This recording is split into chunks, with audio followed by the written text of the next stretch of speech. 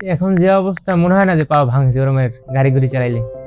যখন একজন রোগী সুস্থ হয় তখন সব থেকে বেশি খুশি হয় রোগী, এবং আমার মনে হয় যে তার থেকেও বেশি খুশি হয় যিনি তার চিকিৎসা করেছেন সেই চিকিৎসক বা তার সার্জন। তো আজকে বুলবুল আমাদের কাছে এসেছে, আমাদের আজকে অত্যন্ত খুশির একটি ব্যাপার, কারণ বুলবুল প্রথমবার যখন আমাদের কাছে এসেছিল তখন বুলবুলের পায়ের হাড় ভেঙে মনে হয় 8 থেকে 10 টুকরা হয়ে গেছিল, তাই না বুলবুল? তো পরবর্তীতে আমরা বুলবুলের না কেটে এমআইএস বা মিনিমাল ইনভেসিভ অর্থোপেডিক সার্জারির মাধ্যমে বুলবুলের ভেঙে যাওয়া হাড়টি ফিক্স করি, এবং এখন বুলবুল আলহামদুলিল্লাহ হাঁটতে পারছে এবং সে তার ড্রাইভিং পেশায় সম্পূর্ণ স্বাভাবিকভাবে নিয়োজিত আছে। বুলবুলের মুখ থেকে খুব সংক্ষেপে আমরা তার অনুভূতি শুনব।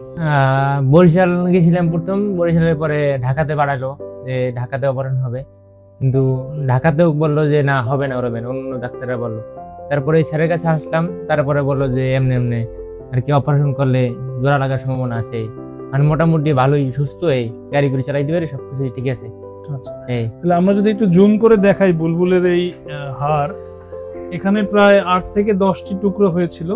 আমরা বুলবুলের হাড়ের মিনিমাল ইনভেসিভ পদ্ধতিতে আমরা ক্লোজ ডিডাকশন করে আমরা সিআরএমের সাহায্যে অপারেশন করেছি, এবং আজকে প্রায় বুলবুলের হাড় সম্পূর্ণ রূপে জোড়া লেগে গিয়েছে, এবং আমরা কিছুদিনের মধ্যেই বুলবুলের এই রড আমরা খুলে দেব।